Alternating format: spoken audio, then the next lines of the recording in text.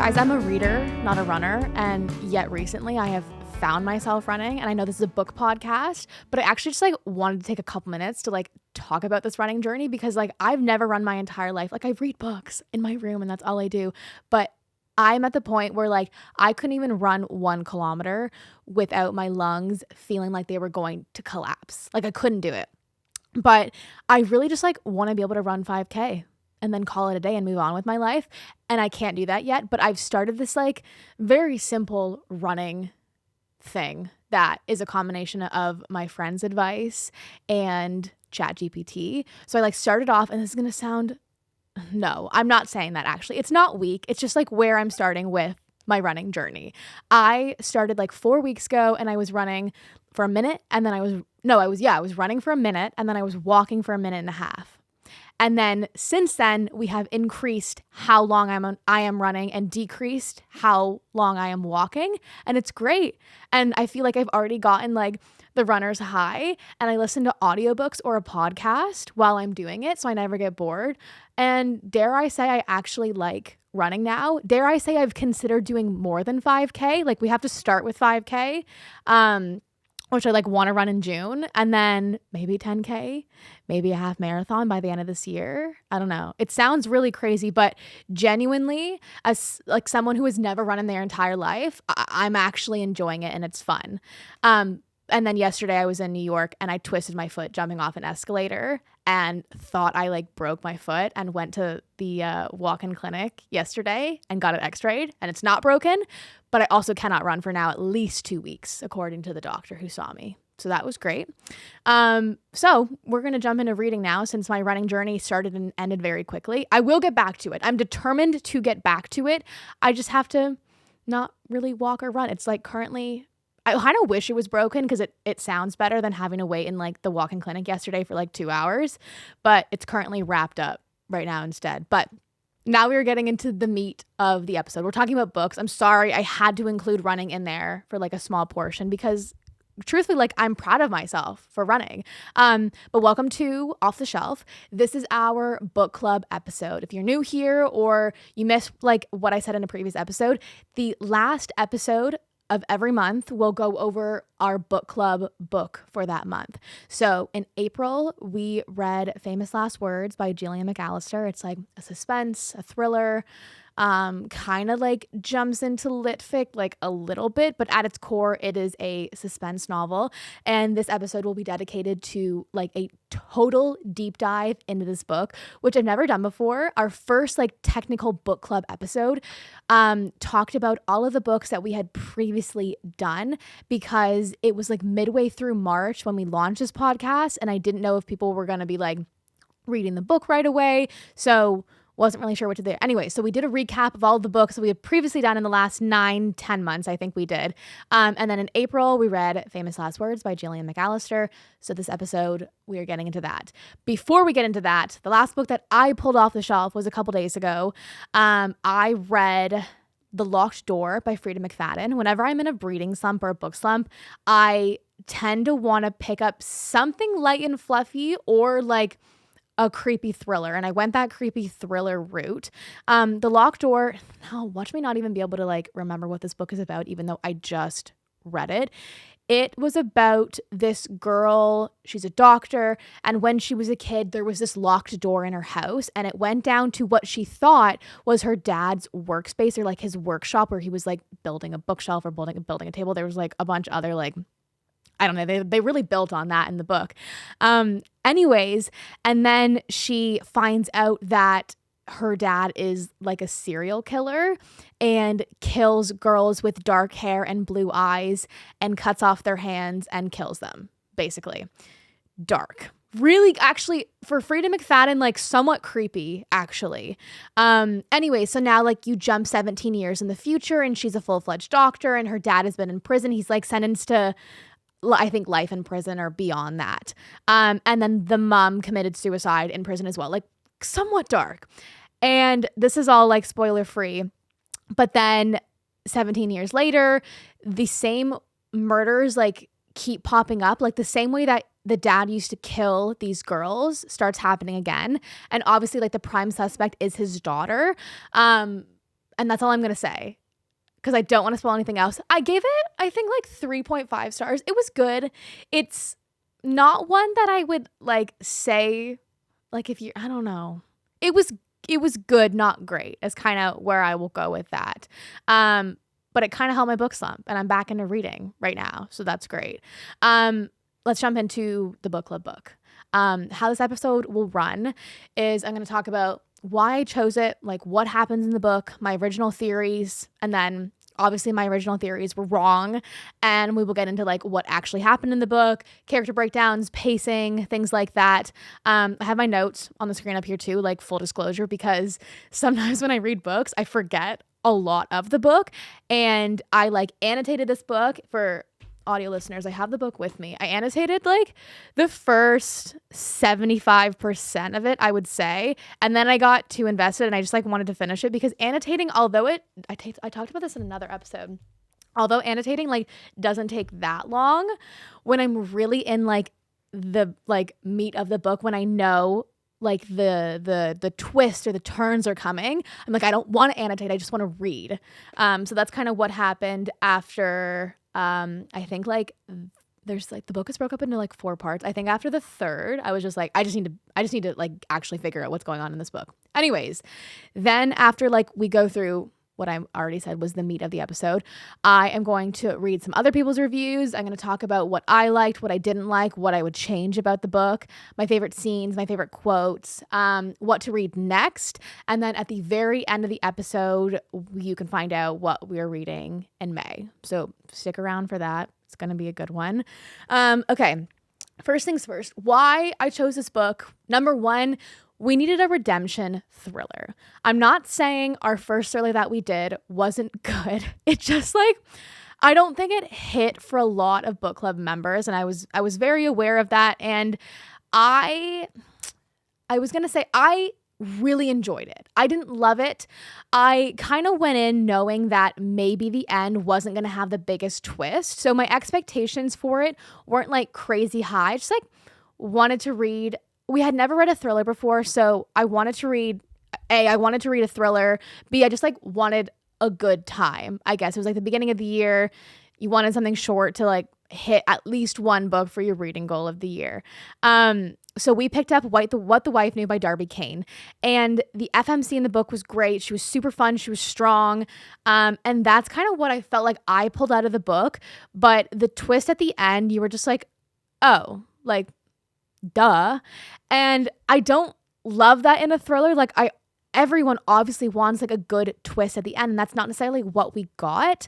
Granted, it was still a really good book. I loved the characters. It was short. It was fast. There is one twist in it that I would say I definitely didn't see coming. Maybe other people did. If you're looking to like dip your toes into a thriller or suspense novel, that one's like kind of fun to do it. And I like a thriller novel where you have a likable character, because you tend to always have unlikable characters.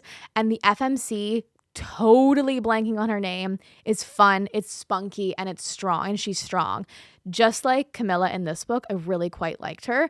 Another reason why I chose this book is I like to change up the genres. I talked about this in a previous episode, but I, for most of my life, read romance, I would say. Like, fantasy, at my core, I am a romantasy fantasy reader, but I'm also not going to read a fantasy novel unless there's romantasy in it. So like, I guess I am a romance reader at my core. It needs to have romance in it for me to like it. Not to say that I won't ever read a book that there's no romance in it. I just tend to like them more when there is romance. So when we started the book club last July, we read A Novel Love Story and then The X-Vows, both straight romances. And then we read Heartless Hunter. That was YA romantasy. Then we read If It Makes You Happy. That is a small town romance. And then we read The 13th Child, which was YA like gothic fantasy with like a very, very small splash of romance in it. And then we did another romantasy in December. So for January, at the same time of like trying to figure out what we were going to read, I also was like entering my own thriller era. So that like kind of coincided. And I feel like I think I talked about this in the newsletter, but I feel like if you're a romance reader at your core and you're trying to explore other genres, thriller novels are really, really good to get into because I find that they're just as fast-paced as a romance novel. The only difference is one is super predictable and one is not, but they somewhat follow the same pattern. Like in a romance novel, generally like the rule of thumb is they aren't together in the beginning of the book. By like up until like 50%, they're kind of like teasing glances, grazing hands, things like that. And then in and around 50% to 75%, like something happens. They get together, they hook up, and then they break up, and then they get back together in the end. And then in a thriller, it follows a somewhat like similar pattern, not as a romance, but all thrillers kind of follow this pattern that you can expect, which is why I found it very easy to get into thrillers after being a romantasy reader for so long. You knew what to expect. You didn't know what was coming, but the pattern was kind of the same. I'm really hoping that makes sense. But for me, it was very easy to like start entering that thriller era in January. And I started with Freida McFadden because they're just like very quick, easy books. Another reason why I picked up this book, I actually met Jillian McAllister, the author, over a year ago. Little like backstory. Reese's Book Club and Sheraton Hotels did this like lobby library team up I'm not sure, but they came to Toronto last January. So I went and I met some of the team and I met some of the Reese's Book Club authors, and it was a blast. And I heard rumblings that the same pop-up was happening in London, and I kind of like put myself out there and I was like, I love books, I love Reese's Book Club, and I love London. And anyways, I ended up getting to go out there. They did a launch at like the one of the downtown Sheraton hotels, and it was incredible. Reese was not there. I'm just going to put that out there. That's not where the story is going.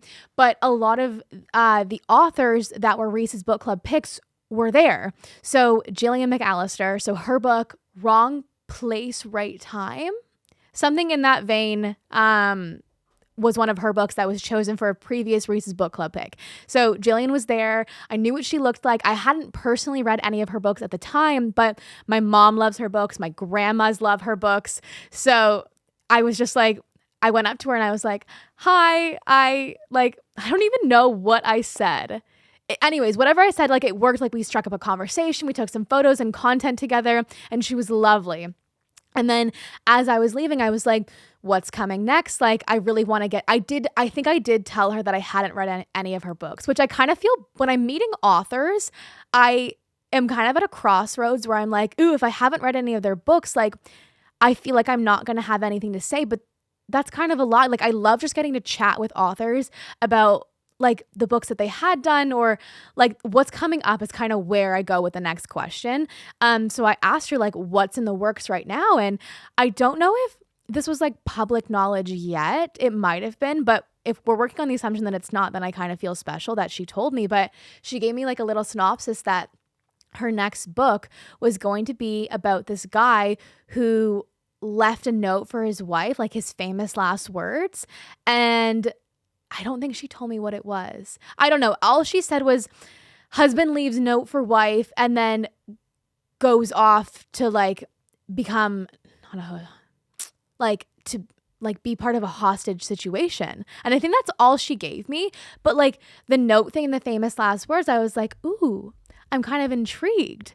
And then I reached out to her earlier this year and I knew that the book was coming out. I think it came out in end of February. It was like a book of the month pick as well. But I reached out and I was like, hey, we met last year. I'd love to read an early copy of like your book. And I think it actually ended up like being sent to me because it came from the UK, like in and around the time of publication. And lo and behold, we ended up choosing this book for April. Again, because we read the thriller in January and then we read 2 back-to-back romances. And I was like, okay, there's no good romantasy books out lately. I mean, if there is, please let me know. But I hadn't like heard of anything good or read anything good. So I was like, let's have a redemption thriller. So we chose Famous Last Words.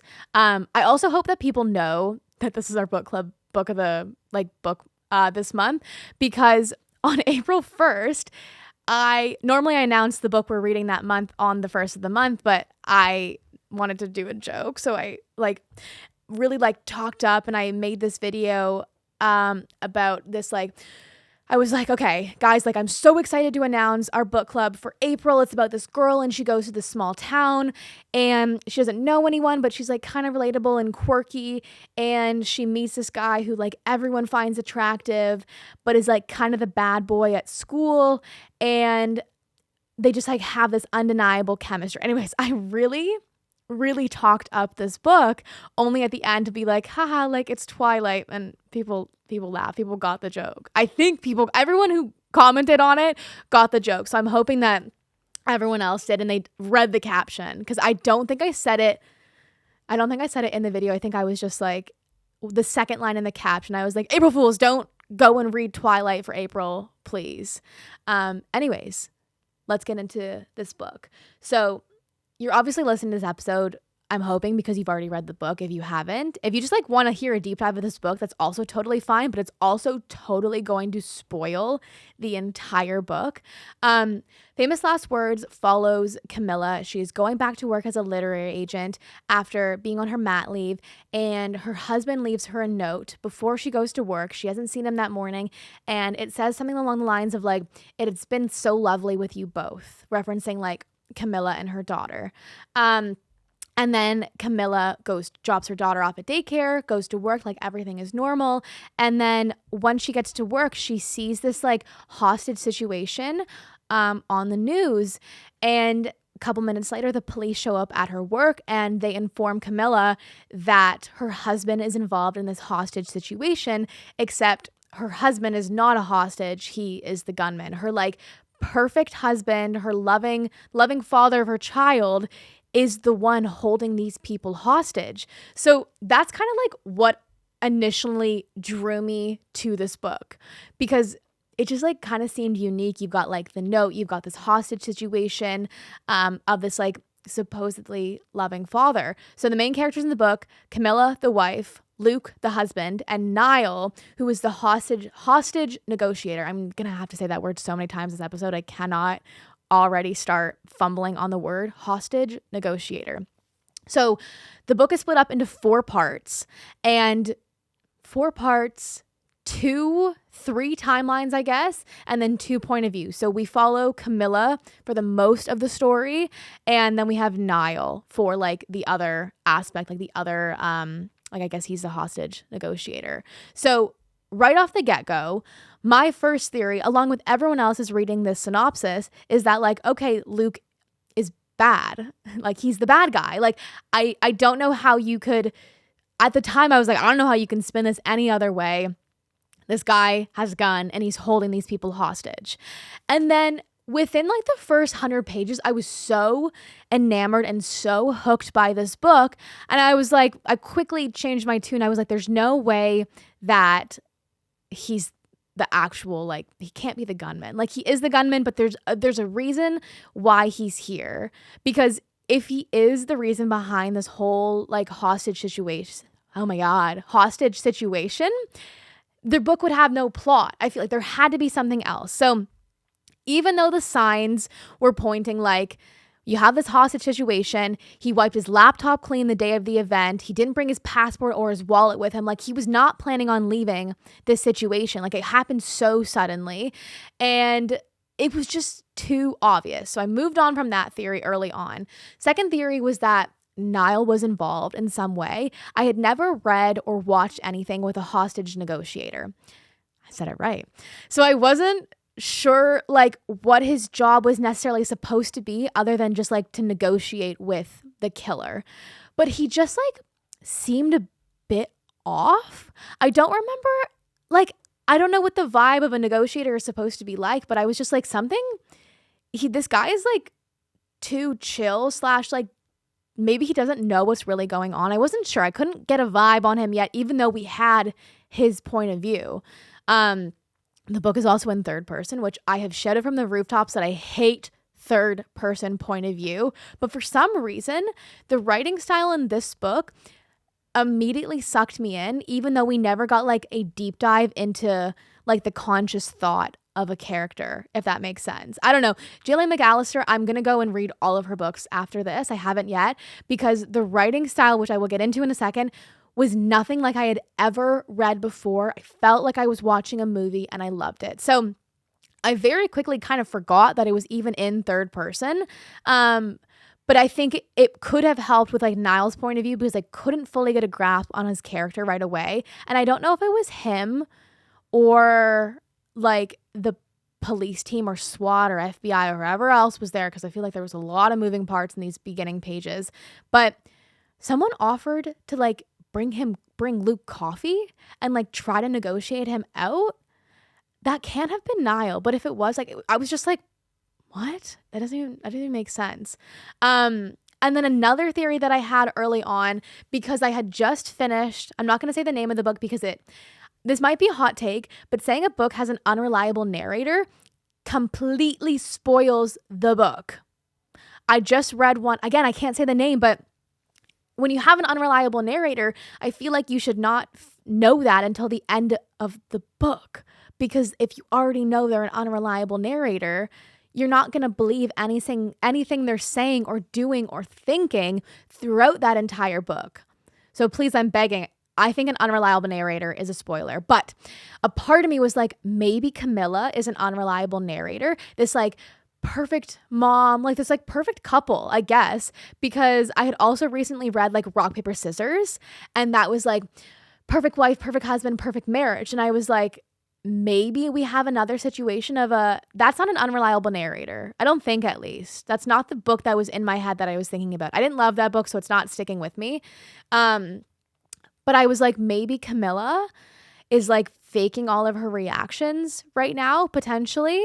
I'm glad that it didn't end up being the case. And then my last theory that was like not an early on theory, but like a more recent theory, was that Madison Smith was somehow involved. If you don't recall, she had like a very minimal part. I didn't realize she was going to have such a minimal part. Otherwise, this theory kind of sounds stupid, but she approached Camilla like halfway through the book and said that she was the wife of one of the hostages. And I was like, that just kind of like seems a bit far-fetched that she was able to like, I guess it would be easy to track down Camilla, but it just like wasn't sitting right in my head as to why she didn't come to the police or Camilla sooner. Like it was kind of just like plopped there. So I'm not really sure. But then I think a couple chapters later, she was found dead. And I was like, okay, never mind. I guess she is. Now her being dead makes more sense that she was the wife of a hostage person. And then her trying to talk to Camilla ends up with her being dead. And I put up a poll very early on. I think it was like, week 2 of the newsletter. I put out a poll. I was like, who is lying? Who do you think is at fault for this hostage situation? And the options were Luke, Camilla, Niall, someone else, and no damn idea. Because I was kind of at the no damn idea myself. 7% of people said Luke. 7% of people said Camilla. No surprise there. I also, at this time, I don't think I thought it was either of them. 21% said Niall, and then 36% said someone else, which was kind of like where I was at as well. And then 29% said no damn idea. No surprise there. This brings us to what actually happened, which I did not see coming, thank God. So we did have a redemption thriller here. I saw some reviews of people saying like, I predicted every twist and turn. I'm sorry, maybe I don't believe you. Maybe you're just like, I don't know, a detective in another life. I didn't see this coming. I thought the author did a really, really good job of like bringing the reader along and allowing the reader to kind of like, how do I want to phrase this here? Like, it wasn't like I don't like a twist in a thriller where I totally didn't see it coming and it takes me a second to like figure out how that's even possible. Like, for example, I was just talking about The Locked Door by Freida McFadden. I got to the end and I was like, well, I'm shocked, but I also don't 100% get how we got here. I like to have like an aha moment when I'm reading a thriller. And an aha moment or whatever the heck happened in Famous Last Words, because I felt like the writing and where the storyline went with the 2 point of views and the 2 timelines where I could almost figure out the like at least 50% of how this book and where it was going on my own, and then the author like filled in the gaps. And I kind of loved how that went. So what ended up happening, a little recap, and I'm definitely referencing my notes here because I just like think it was so brilliant. So basically, Luke was in the wrong place at the wrong time. The man was innocent. He didn't do anything wrong. He went out for a drive to calm his daughter down because she wasn't sleeping. So all of that talk at the beginning of the beginning of the book, where Camilla was confused as to why he was having sleeping problems and anxiety. And while that also comes from like the situation as a whole, it was not coming from like being a bad guy. It was coming from an accident. It was coming from being a dad, truthfully, at the end of the day. He went for a drive to calm his daughter down, and he saw two guys feuding, and then he saw one of them pull out a gun and shoot the other one. And this wasn't touched on, but I guess he left his daughter in the car and ran out and like separated the two guys and pushed the one with the gun back, who then ended up hitting his head on, the book used some word, which I should have Googled. I don't remember what it was called, what he hit his head on, but something. We're just going to say he hit his head on like the road or something and immediately died due to the head injury. Luke checked the pulse and saw they were both like two dead guys. And like a sane person would do, like left. I don't like in that kind of situation. And he had talked about this in the book. Like, I don't know what you are supposed to do. If you're at a scene where there's two dead people and the police are not going to believe you in saying that you didn't kill these two people, although they were killed in two different ways. They're in the same spot. So he left the scene. He went back to his house. The guilt was kind of like eating him alive. So he went back to the scene. Two people were still there, but the dad of one of the boys was there also and saw him there. So then Luke was kind of like, oh shit, like what do I do now? And that's kind of how this all started. So the two boys are from rival crime mafia families. Did not see this coming at all. And it was also like somewhat random, but also like, okay, like this could possibly happen. So Luke goes home.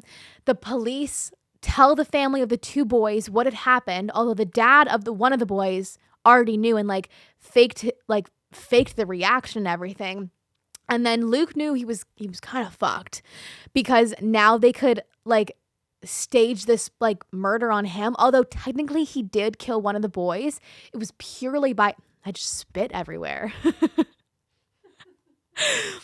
Although it was purely by accident, he did actually kill one of the boys. So the burglary in the beginning of the book, not the beginning of the book, I guess before the book even happened, that was from the family. And that was why that's why Luke didn't end up calling the police, although Camilla pushed him to. He couldn't because he'd probably be framed for this murder. So they gave him the mafia families gave him the coordinates to the warehouse and then framed him as the gunman. We also find out from Niall's point of view that Isabella tells him that like she was there because Isabella, this was like I needed to draw like a family tree. As we were getting like bits and pieces from Niall's point of view and Camilla's, I was like, there are a lot of moving parts right now. But what I understood from the book and what I'm remembering right now, I like briefly read this again this morning so I could fully wrap my head around it. But Isabella was caught in this, like in the hostage situation from the get-go. And no one could figure out why she was there. And then two guys with like masks on and no one could like identify them. So it was like, just like everyone thought she was there, wrong person, wrong time. But turns out Isabella is married to George, and George is the brother of Janet Hale, who is the mother of Alexander Hale, who was one of the boys that had died. So it all kind of like connected at the end. So during the hostage situation, like Luke shows up thinking he's meeting his end. Isabella is there, and then the two other guys are there, and he's kind of like, I don't know what to do. He didn't know this was being filmed. He didn't know he was being set up at all. He thought he was walking to his death, which is why he didn't take his wallet or his passport or anything. It's kind of weird that he didn't have his wallet. Now that I'm saying that out loud, he probably should have brought the wallet like a normal person, but that's besides the point. And then there was a moment where the gun was left on the table and Isabella starts negotiating with him. I guess there was no audio on the footage. It was just visuals. And then I know he cut it out. But this whole time, he is not negotiating with anyone. He's just basically an innocent bystander in some way, shape, or form. And Isabella tells him that she will give him an escape route if what? Oh, if he lets her go, she's going to give him an escape room. So she can like walk out of the warehouse, like seemingly innocent. And then you also find out at the end, Isabella and her wife, George, like own this warehouse. So the fact that the dots were not connected earlier by even like the police seems a little far-fetched, I guess, in my opinion. So Luke lets Isabella go. He has his escape route. And then once she's let go, she unties the other two like hostages in there. And Luke ends up picking up the gun, and it's completely self-defense, according to the novel. I mean, this is all fiction. And Isabella goes out and she fake pees herself as well. Like give her an award for acting, because wild what people will do. Luke shoots then the two hostages. He's really the hostage in this situation. And I think he shoots him out of self-defense, and then he runs, and he's completely on the run because the police are after him. No one knows what's going on. And the two crime families are also after him. So he goes off the grid. He finds a way to work. He gets paid in cash, so no one like tracks him down. And then he only starts showing up again 7 years later. So the first like a chunk of this book happened in and around the time of the hostage situation. And then it kind of ends a little abruptly, where even I was like, I actually didn't know we were going to jump 7 years in the future. And I wasn't sure 100% how I felt about that at first. But that's where we went. So he lives off the grid for 7 years. Until Camilla starts selling the house. And from what I remember in the book, when they were talking together at the end, he was just like, I thought that you selling the house was like you saying goodbye. And he was like, I wasn't ready to end. I wasn't ready to move on. So I think he showed up at the house, but then these mafia families and these crime families have everyone watching. So someone in a hood saw him, and then he thought it was too risky to like try and go see Camilla again. So he wrote her the book. The entire time, Camilla thinks she is reading this new manuscript from her client, Adam. And then we find out probably like the 75% mark that Adam's like, I didn't send you anything. And the pieces start falling together, like fitting together, I mean. And this is what I mean about the writing style that I loved, is that you were kind of, I didn't really clue in beforehand. The manuscript as she was writing it, I was like, this seems like a little familiar, a little like coincidental maybe. But it also fit that Adam was writing the second manuscript, and as a literary agent, like Camilla was reviewing it and reading it. So I didn't really think much of it. And I also find like with a thriller book, I don't like to play detective. I kind of just I like to vibe with it. I don't really want to figure out the end. So I do my best to like go in blind and not really think about it and just like have a good time. And that's what I was doing. So maybe people who like want to come in and play detective and poke so many holes in these stories are predicting the ending. Like, sure. I also don't know how you would predict like mafia and crime was going to come up in this book, but like, I guess kudos to you if you did that. But anyways, it was Luke who had sent her this book on like a how-to instruction guide on how to find her. And I thought that was such a cool part of the book. So that's a really big thing that I liked about this book. And that's kind of like how it all wrapped together. Things that I liked about this book overall that like kind of stood out to me. Strong FMC, which I feel like I've talked about. I mean, I was going to say I don't like it in a thriller when they're all unlikable characters, but sometimes you just can't avoid it. They're all kind of bad. But in this one, I really enjoyed reading about Camilla, like from the get-go, reading about her as a literary agent and talking about the smell of books and talking about book buying deals was so fascinating. And the fact that she kind of never gave up on Luke the entire book and she was smart. I really, really, really liked that in a character. I thought the dual point of views and the dual timelines was also kind of fun. Like, once I finished this book, I kind of grew to appreciate the dual timeline and the dual point of view. Although while I was reading it, like, I get why authors will like put a cliffhanger at the end of the point of view, but it was a little bit back and forth for me, like here and there. And I already talked about like how much I liked the writing style. Like, I felt like I was watching a movie at some points in this book, and I felt like I was in it because the writing style, which was kind of like knocked on in a couple people's reviews about like being too long and too boring, I loved it. And I'm a skim reader, and I still found myself like almost like reading more than I normally would. Like, this book is like 300 pages, I think, 350, not over 400. And I found myself taking longer to read this book because I was just like so invested in it. There was like a line where she had described the feeling of like shock and uncomfortableness as like 100 spiders running up her back. And just like certain lines of inner thought process like that actually made me feel like I was a part of the story, and I loved it. As for things that I didn't like about this book, I think it was unnecessary to have such a big gap of 14 years. This book is, again, 350 pages. It doesn't need to span over that long. I felt like it was too long. I get why, in some way, shape, or form, I get why Luke waited the like 7 years to come and like contact her again. But I also felt like it was a little too long. And then we jumped, I think, another 7 years in the future. And I don't know, some parts of me kind of wish this book was longer. Like, I wish we could have got the daughter and Luke meeting again for the first time.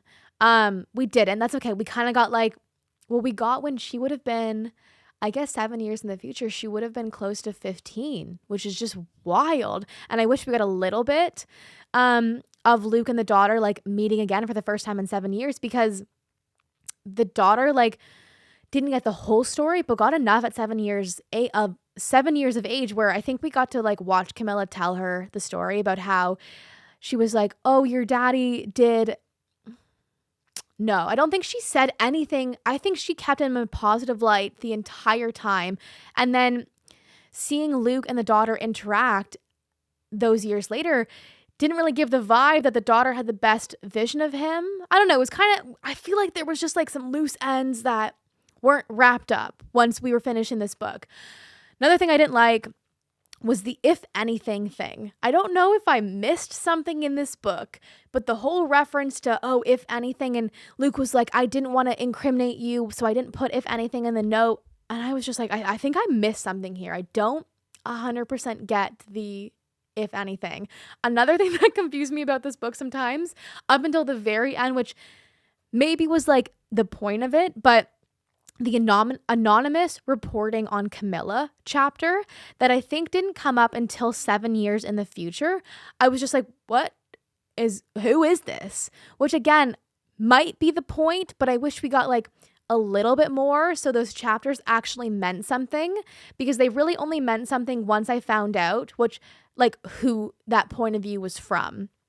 But other than that, those were like really the only things I didn't absolutely like fall in love with about this book. So things that I would change theoretically: shorter like span on the book. I would probably, honestly, I would only do like a 1 year jump after the time of the hostage situation. I feel like 1 year gives you enough time to like lay off the grid, because also being off the grid for 7 years, like, I guess maybe it's possible, but that seems like a long ass time to like be without your wife and your kid and be running from the police. Like, you would think they would collect enough evidence in 7 years, and I think they closed this case, but Niall definitely like was still like wanting to figure out what had happened. Shorten that up a bit. I would probably do a 3 year span, 3 to maybe 6 years total, I think is good for a book this short as well. Another thing that I would change, I felt like it was too heavy on like literary fiction, like just like fiction in general, there was a lot of side stories that, yes, could theoretically like help build a character, but it was more like the side stories were on side characters and wasn't side stories on the main character themselves. So while I think IVF and fertility is a crucially important topic, Camilla's sister Libby going through that was kind of like a random plot line, in my opinion, and it maybe added like just like a darker tone to the story as she was struggling to get pregnant.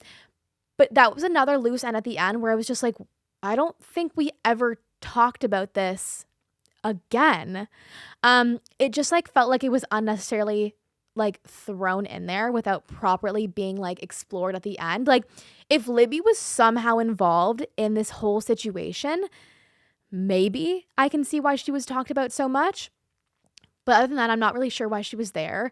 And then Niall's therapy sessions and his divorce were another thing where I was like, let's just get back to the plot of the book.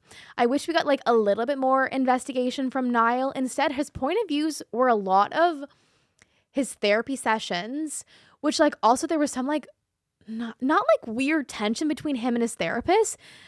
But I also thought that the therapist like could have been bad in some way, shape, or form, because he was talking, there was a point early on in the therapy sessions where he was like, how much can I tell you? Like, how far does this patient-doctor confidentiality thing like extend? And then there was a point where he was sharing the whole investigation with his therapist. And I was like, she has to be like, maybe she's related in the crime family, maybe. But we never went back to that. It was kind of just like an added side plot. And same with his divorce. Like, yes, it was like cute at some points, him talking about how he didn't want anyone but his wife.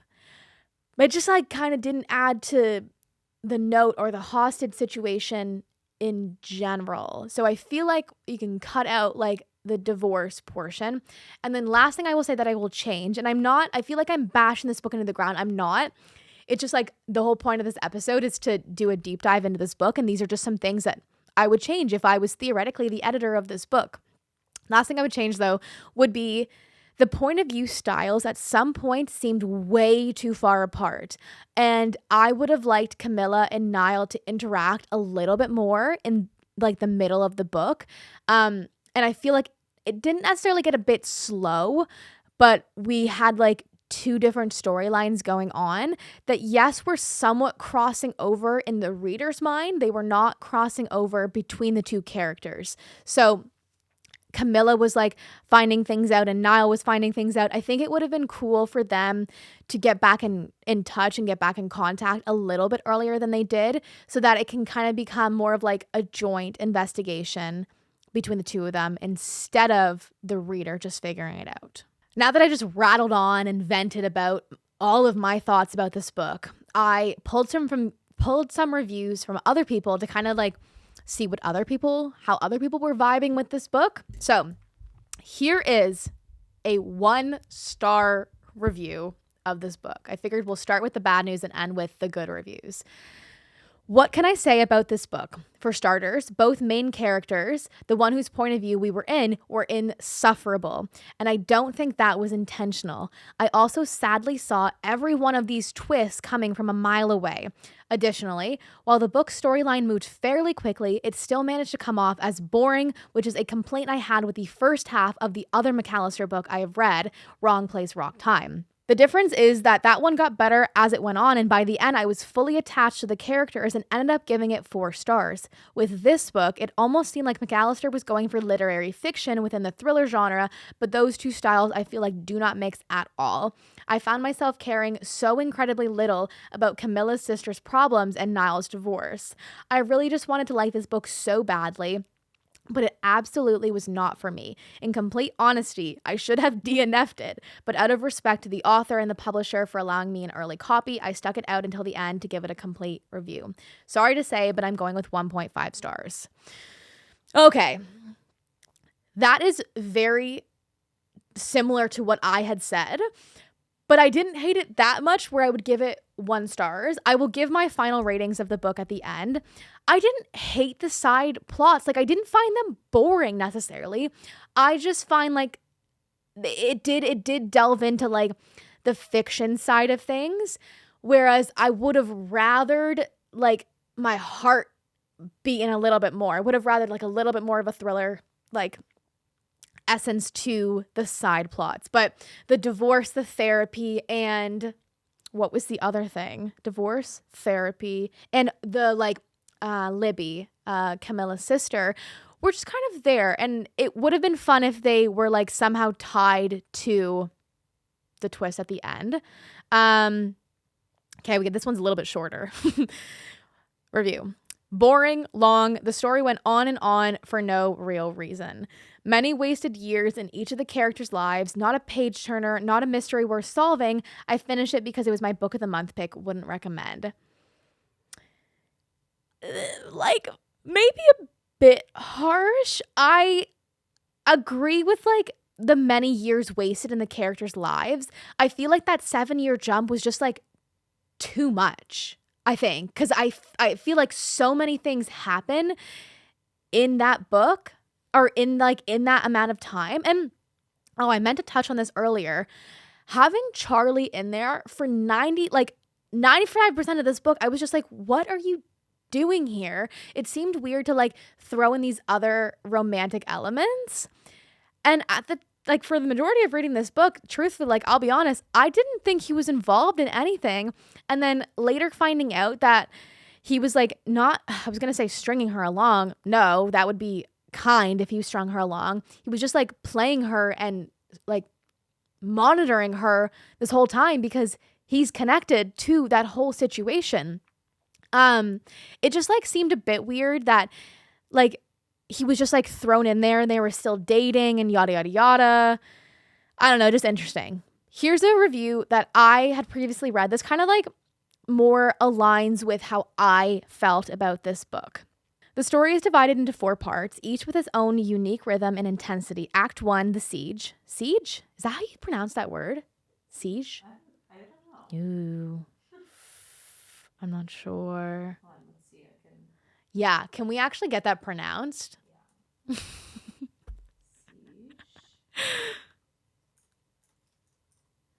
This is, when I'm reading, I just make up the words. Siege. Siege. Siege? Siege. I guess. Okay. We're going with it. Yeah. I'm just not going to say it as much as I can. Okay. Review is continuing. I could sense every one of Camilla's emotions, her shock, bewilderment, and desperate attempts to make sense of the chaos around her. While the pacing slowed a bit in the second part, it picked up in the last 2 acts, culminating in a very clever and satisfying conclusion. Damn, this review is well written. What I love most was about how the dual perspectives played off of each other so seamlessly, with both Camilla and Niall, the negotiator, adding depth and tension to the unfolding drama. Both characters brought raw emotions to the table, raising the stakes for entirely different reasons. Camilla's desperation and confusion as a wife and mother were achingly real, while Niall's vulnerability and calm determination as he navigated the crisis gave the story a steady, deeply emotional heartbeat. Together, their perspectives made the tension almost unbearable at times in the best way possible. I'll admit, I didn't know where the story was headed, and that's what made it so engrossing. I was baffled, shocked, and constantly questioning everything. There was plenty of twists I didn't see coming, but one reveal I did anticipate, and it was so satisfying to be right about it. I think you'll know the one when you get there. Ooh, I don't know what the twist. I think I kind of like began to expect a little bit of all of it. I thoroughly enjoyed how cleverly the story came together and loved learning the truth about what really happened that day. This book is an emotional roller coaster exploring trust, betrayal, and the lengths we'll go to for the ones we love. If you enjoy stories with high stakes, characters who feel achingly real, you need to pick this one up. Okay, I think that was a good review, in my opinion. That sounds like either they're a really good writer or someone put that like through some sort of like Grammarly, which sometimes I will tend to do in my reviews. It's not coming across as right now because I'm speaking, but sometimes like when I go to write a Goodreads review, I'm like, let me just like tweak this a bit so it sounds less word vomit. But in a podcast situation, I'm just like throwing whatever is coming to my mind, whatever I wrote in my notes. That was a good review. The one thing I will say about like the mom thing too, though, it was something that I necessarily like couldn't relate to or necessarily understand, but I could appreciate that in a character, and it was kind of fascinating to read about. And I also love that she never like gave up on her husband. That's like the romance reader in me, which I'll get into in a second. But that was quite endearing. Okay, last review that we're going to read. This one is also 4 stars. This isn't like, yeah, okay, this also talks about the mom. This review. This has got to be the most electrifying start to a thriller I've ever come across. The first 100 pages just grabbed me by the throat. I've read a lot of thrillers, but I've never had one that had me in its thralls so swiftly and so surely. The premise is both outrageous and also surprisingly relatable, making it easy to put oneself in Cam's shoes and slip into her suddenly insane world. Oh my God, people are so good at reading or writing reviews. My reviews, I wish they sounded like this. I'm kind of entranced by this. And I will say, taking a break from this review for a second, the first 100 pages, the first like up until truthfully like that second act, I was hooked. I could not stop reading. I was so enthralled in the characters and the plotline and like what was actually going to happen that it took effort to put this book down. Because if you're new here, how we read these books is we kind of like split them up into 3 or 4 weeks, depending on when the newsletter is coming out and like how the month falls. So the newsletter, just like the podcast, comes out every Thursday, and I'm sharing my thoughts, and we've got polls, and we've got like, we're working on some discussion questions as well, although the comments are normally like filled with people's thoughts and emotions and everything. No idea where I was going with this. Oh yes, but the first 100 pages, I was like, wait, this is so fun. And truthfully, within those first 100 pages, I was like, I think this might be like a 4, maybe 5-star review, but I was kind of into it. Okay, continuing with the review. Cam's point of view has additional poignancy. Poignancy? Guys, these are 2 big words. Because she's a new mother, and I remember being in that phase not so long ago myself. Jillian McAllister sprinkled in such insightful commentary about new motherhood that it felt like she really understood. And of course, after reading the acknowledgements, it totally makes sense because she had a baby in the midst of writing this book. I didn't know that either. That makes so much more sense. And again, I'm 21, can't relate to being a new mother, but I love hearing that it was done really well. I love it. Okay, continuing with the review. Then we come to the point of view of Niall, the hostage negotiator. It's such a unique perspective, and there was all kinds of interesting tidbits in there about what one would do in an actual hostage situation. Things I've never thought about but found utterly fascinating. What are these words? The juxtaposition of his and Cam's views really upped the tension to a whole new level, previously unseen in thrillers, if I may say so. But then we reach Act 2, and the pace slows way down after the adrenaline rush that was Act 1. The pacing of Act 2 was almost a shock. Instead of action, we have now reached an introspection, and we stay in this slow-moving haze almost until the very end. That is actually the review that probably aligns with how I felt about this book most, because I was so enthralled with with the first act, and then we got to the second one, and I felt like that's when the side characters and the like daughter and the whole motherhood thing came in, and I was missing all that action and tension and suspense we had in the first act. At least to say, like, I still truthfully really enjoyed this book. Before we get into like my official final ratings of this book and then like what you can also read next, because as we all know, I've been in a bit of a thriller kick this year so far, I want to talk about like my favorite scenes or my favorite quotes. Starting off with like the aspect of books in this book, I love. Just like I've talked about this with a novel love story, I love a book about books. And this was a small aspect. This was an aspect of like the literary fiction in this book where I was like, wait, this is so fun. I love this. Getting a behind the scenes of what it's like to be a literary agent was like kind of fun. And there was like a quote in the book where Camilla was talking about, I wrote it down. Cam walks into her agency's office and immediately the aroma gets her. Books. They're everywhere and it smells like home. More books should have books in them because it so easily connects with the reader and what we love that it's very easy to just like immediately attach yourself to that main character, which is what I felt with Cam. And it was fascinating when she was talking about like her book buying deals and talking with her agent and her clients. And it was just like kind of fun. I felt like we got this like BTS look into the world of publishing, which is obviously very like an author knows what's up. So an author can write about what's up. And I kind of loved it. Another thing that I love about this book that we get in most books, but not all. And that's when we get like the title scene in the book.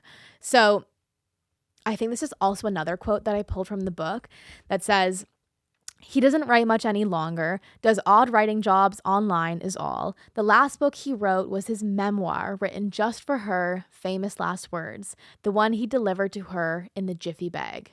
What's a Jiffy bag? Can you search that up? Yeah, I don't know what that. I would love to know what a Jiffy bag is. Huh. Is that like a mailing envelope? Kind of, yeah. Okay. Like I guess. I don't know. Cool, moving on. Me either. Jiffy bag. Maybe it's like a UK term, potentially. Yeah, maybe. Anyways, moving on. I just needed to know what that is. In case you were wondering, for all our audio listeners, a Jiffy bag looks like a mailing bag that you would like put a book into.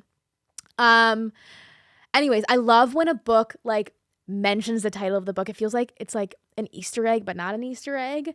And I love it. Moving on.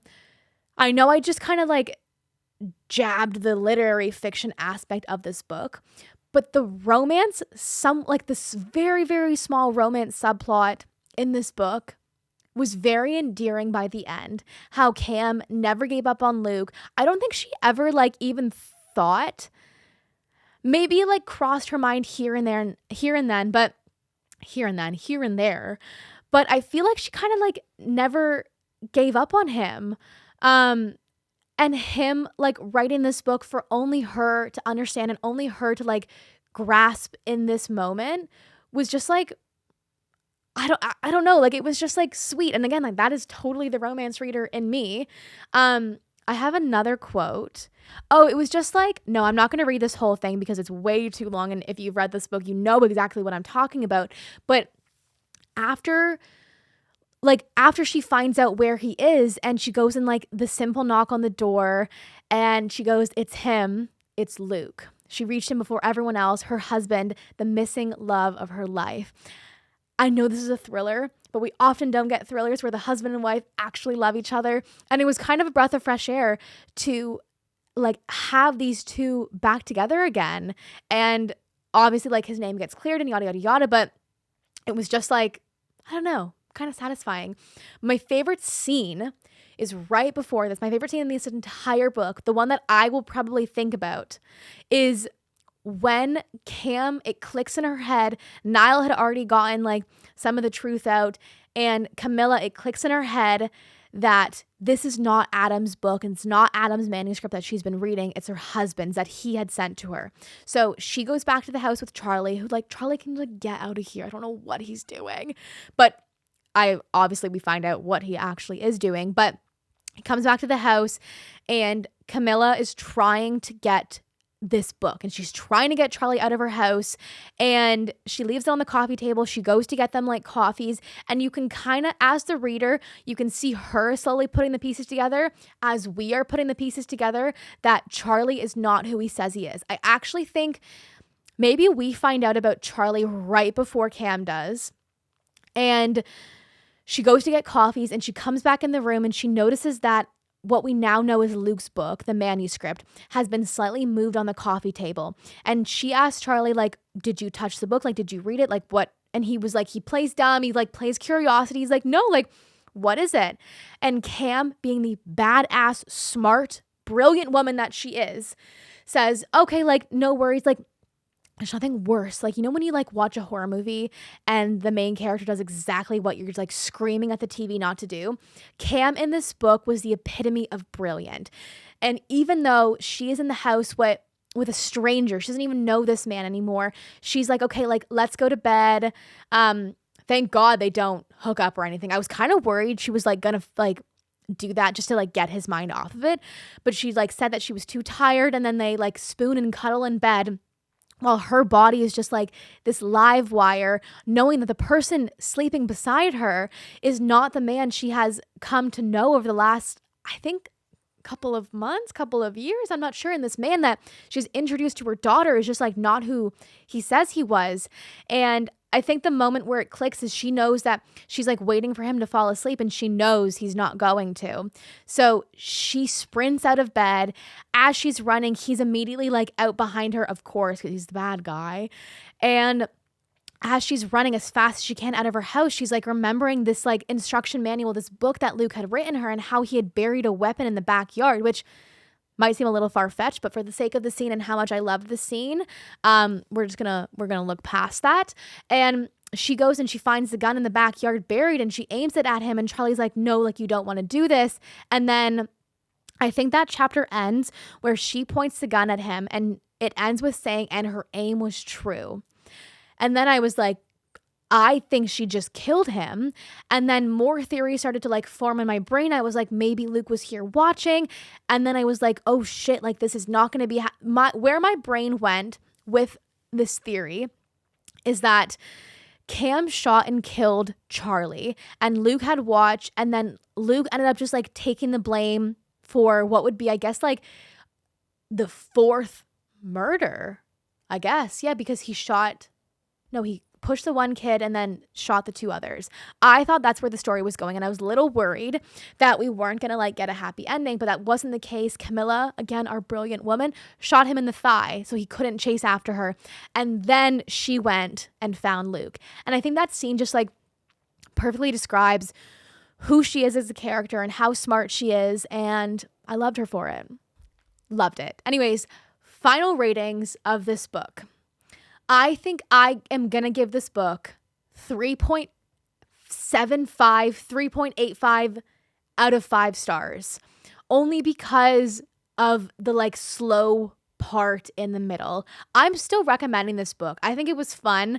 And I also think like potentially maybe if you read it in one sitting, you wouldn't be stuck reading like the slow middle part, which is what I did, and which is what like I think most club members also did.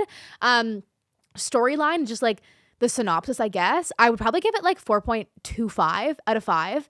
The pacing, 3.75. Again, like, unfortunately, it was just like that slow part in the middle where I was just like, I need more. I need my heart to be racing, and that's not what I got. Characters, I gave 4 out of 5. Pretty explanatory. Niall was okay. Luke and Camilla kind of like made this story for me. And then overall twists and turns, I would say like 3.5, with the actual twist at the end being like, I wrote 4.1, which like is such like a minuscule thing. We can give it 4.25. I thought the twist at the end was like perfectly paced and not like super far-fetched, but like not predictable enough. And that kind of brings us to the end of the book. If you liked this book, even if you didn't like this book, I curated some like recommendations you guys can read next. This is only based on what I have read. So like I get there are tons of thrillers out there and suspense novels that maybe are more closely aligned with this one if you really loved this one, but I'm going off of what I have previously read. And truthfully, haven't read a lot of these books because a lot of the thrillers that I read, either the husband or the wife is bad. I keep saying bad, but like the villain in the story. Whereas in this one, while Luke was like painted to be the villain in the beginning, he didn't end up being like that. But if you're looking for a strong FMC, if you're looking for someone as brilliant and as smart and as likable as I thought Camilla / like Cam was in this book, What the Wife Knew, well aware I kind of shit on this book at the beginning of the episode. If you want a fun, sarcastic FMC, What the Wife Knew was really, really great. That's by Darby Kane, and that was also our January pick.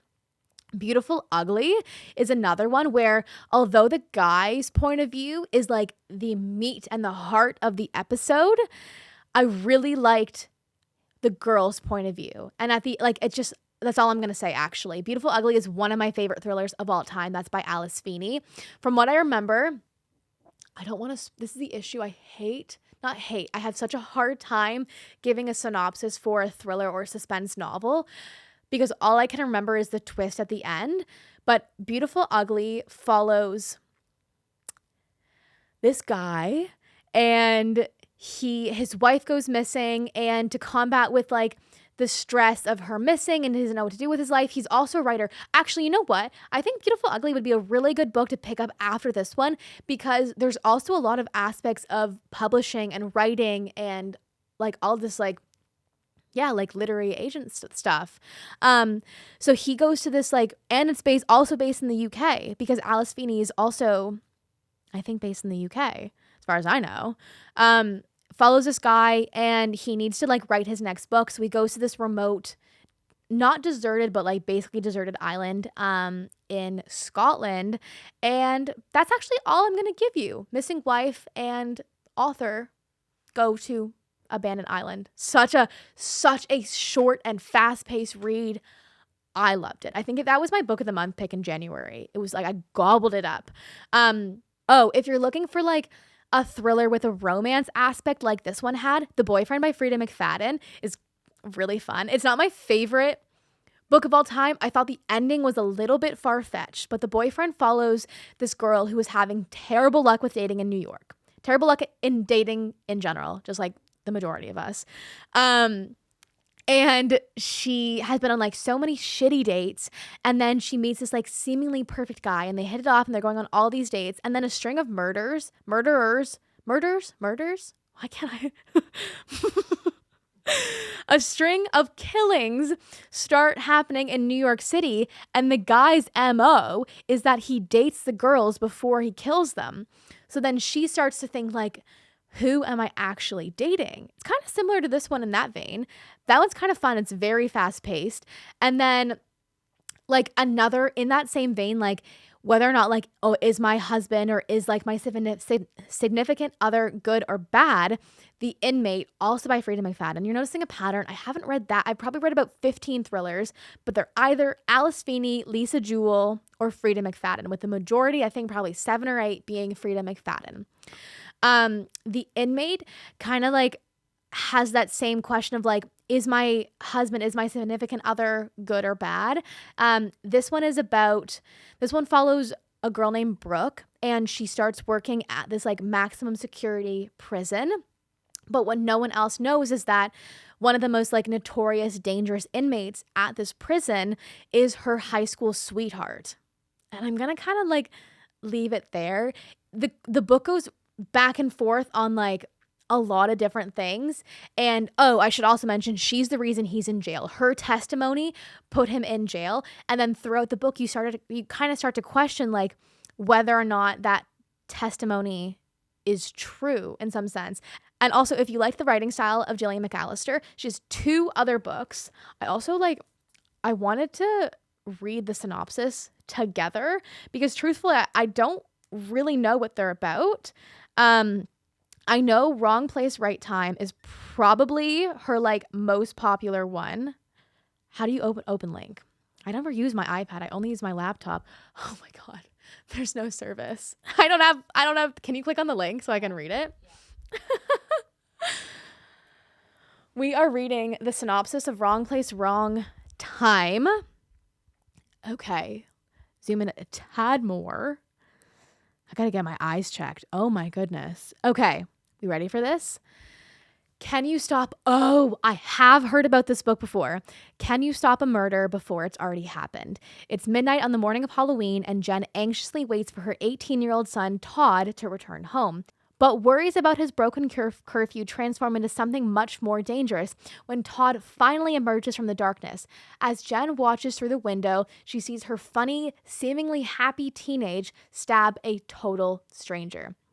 And she doesn't know who the victim is or why Todd has committed such a devastating act of violence. All she knows is that her life and Todd's have been shattered. After her son is taken into custody, Jen falls asleep in despair, but when she wakes up, it is yesterday. The murder has not happened yet, and there may be a chance to stop it. Each morning when Jen wakes up, she is further back in the past, first weeks, then years before the murder. And Jen realizes that somewhere in the past lies the trigger for Todd's terrible crime, and it is her mission to find it and prevent it from taking place. Okay. Wait, I had heard about that book because I've heard my mom talk about that book because she's read it and she loved it. That's also her like probably most popular one, like highly rated. Her other book is Just Another Missing Person. And the synopsis for this one, can you scroll up? No, we're good. Okay. 22-year-old Olivia has been, oh my God, I actually really cannot read. 22-year-old Olivia has been missing for 1 day and counting. She was last seen on the CCTV. This was another thing. What is the CCTV? Steph, do you know what that is? It's like security cameras. Security cameras. Because that was mentioned a lot in this book, and I was like, I was just assuming that was the news, which it was also on the news, but I understand now. So she was last seen on CCTV, entering a dead alleyway and not coming back again. Julia, the detective heading up the search for Olivia, thinks she knows what to expect. A desperate family, a ticking clock, and long hours away from her husband and daughter. But she has no idea just how close this case is going to get, how close to home this case is going to get. Because the criminal at the heart of the disappearance has something she never expected. His weapon isn't a gun or a knife, it's a secret, her worst one. Ooh. And her family's safety depends on one thing. Julia must not find out what happened to Olivia. What? Julia must not find out what happened to Olivia and must frame someone else for her murder. Wait, this sounds actually so good. And if you do find her, you will lose everything. What would you do? Wait, I know Wrong Place, Wrong Person is her most popular, but that actually kind of sounds, yeah, you click off of it, we're good. That actually sounds so much better. I mean, they both sound good. And I loved the story or the writing so much that honestly, I'll probably read both of them. And then maybe in an episode, like maybe I'll do like a thriller episode and then I can talk about her other books because I'm kind of in it now. I'm kind of intrigued. But that pretty much wraps up. I don't know how long I've been talking for at this point. I was worried I wasn't gonna have enough, but I think we're good. That concludes our April book club pick. I'm filming this a bit early, so we didn't have like a ton of like book club responses because people were like, I'm not done the book yet, like I don't want to be spoiled. Totally fine. This episode will come out, I think it's going to be May 1st. I'm almost positive. Wrapping up April. And then since we're filming this so early, I haven't yet decided. As I've talked about before, choosing a book club book is stressful. And I haven't yet, at the time of this recording, figured out what we want to read for May, but since it's coming out on May 1st, I will have an answer as to what we are reading in May, so just scroll down to the caption, whether you're watching this on Apple Music or on Spotify or on YouTube. The name of our book club book will be announced in May. I have some contenders. I just like to read the first couple of chapters to make sure I'm not picking a total dud of a book. But I'm excited. My contenders are good. So scroll down, look, start reading, and then we will dive into this at the end of April. And there's also going to be like, if you're not already following the Bookish Club, at thebookish.club on Instagram and TikTok, tons of content over there. We have our Substack, everything. Just like scroll down to the caption. I know you just heard me talk for probably close to an hour. So just like scroll down, you can stop listening to my voice and you can go and look at the caption and all of the information will be there instead of me just spewing more things at you. But yeah, thanks for listening, guys. And we will see you next Thursday.